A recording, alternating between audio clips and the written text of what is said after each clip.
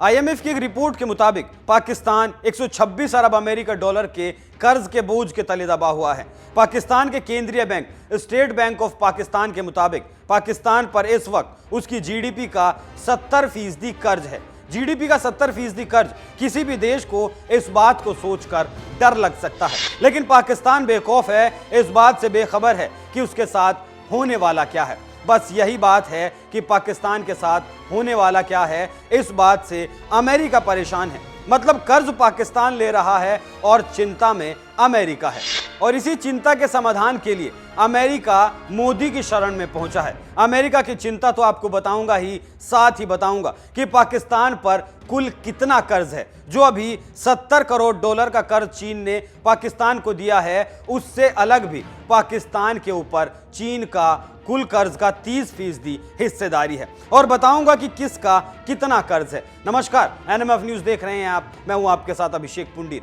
अमेरिकी विदेश मंत्रालय के एक वरिष्ठ अधिकारी ने चेतावनी देते हुए कहा कि अमेरिका को इस बात की गहरी चिंता है कि चीन की ओर से भारत के निकटवर्ती पड़ोसी देशों पाकिस्तान और श्रीलंका को दिए जा रहे कर्ज के बदले बलपूर्वक लाभ लिया जा सकता है। दक्षिण और मध्य एशियाई मामलों के सहायक विदेश मंत्री डोनाल्ड लू ने विदेश मंत्री एंटनी ब्लिंकन की भारत यात्रा से पहले पत्रकारों से यह बात कही।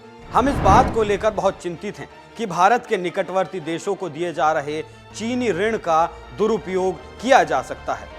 ब्लिंकन 1 से 3 मार्च तक 3 दिवसीय आधिकारिक यात्रा पर नई दिल्ली आ रहे हैं। लू ने कहा कि अमेरिका इस क्षेत्र के देशों से बात कर रहा है कि वो अपने फैसले खुद लें और किसी बाहरी साझेदार के दबाव में ना आए। लू ने आगे कहा, हम भारत से बात कर रहे हैं, इस क्षेत्र के देशों से बात कर रहे हैं, कैसे हम उन देशों को खुद के निर्णय लेने में मदद कर सकते हैं। इन फैसलों में चीन का हस्तक्षेप नहीं होना चाहिए।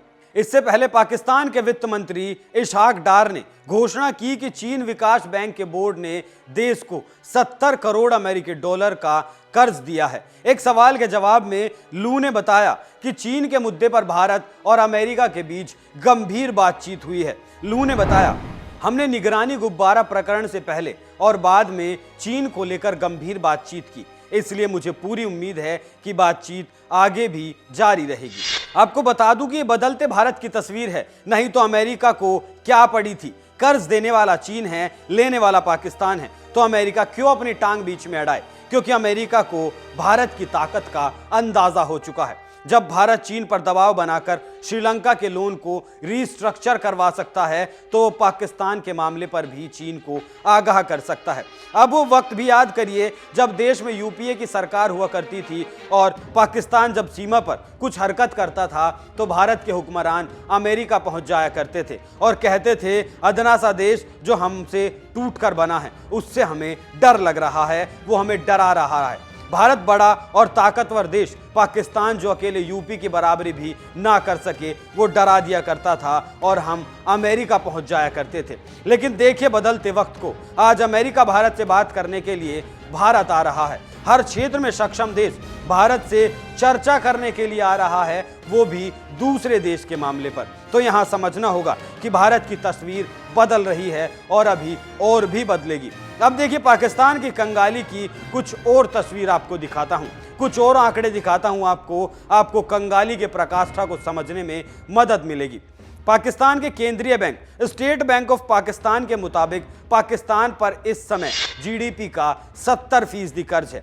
पाकिस्तान का कुल सार्वजनिक कर्जे और देनदारियां लगभग 400 लाख करोड़ पाकिस्तानी रुपये, मतलब 222 अरब डॉलर होने का अनुमान है। इससे ये 6% यानी 24 लाख करोड़ पाकिस्तानी रुपया कर्ज पाकिस्तान ने घरेलू लेनदारों से ले रखा है। वहीं सार्वजनिक क्षेत्र के उद्यमों का 2.3 लाख करोड़ रुपए बकाया बचता है। इसी तरह पाकिस्तान का विदेशी ऋण लगभग 121.75 बिलियन अमेरिकी डॉलर है। पाकिस्तान पर पेरिस क्लब का 11.3 बिलियन डॉलर, बहुपक्षीय दानदाताओं का 33.1 बिलियन डॉलर, अंतर्राष्ट्रीय मुद्रा कोष का 7.4 बिलियन डॉलर और यूरो बॉन्ड सुकूक जैसे अंतर्राष्ट्रीय बॉन्डों का 12 बिलियन डॉलर बकाया है।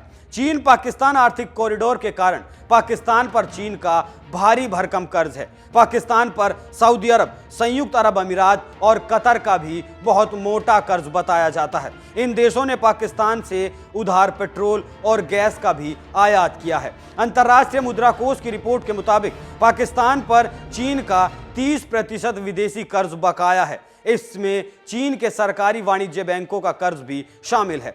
पाकिस्तान पर चीन का 30 अरब डॉलर का कर्ज बकाया है, जो फरवरी 2022 में 25.1 अरब डॉलर था।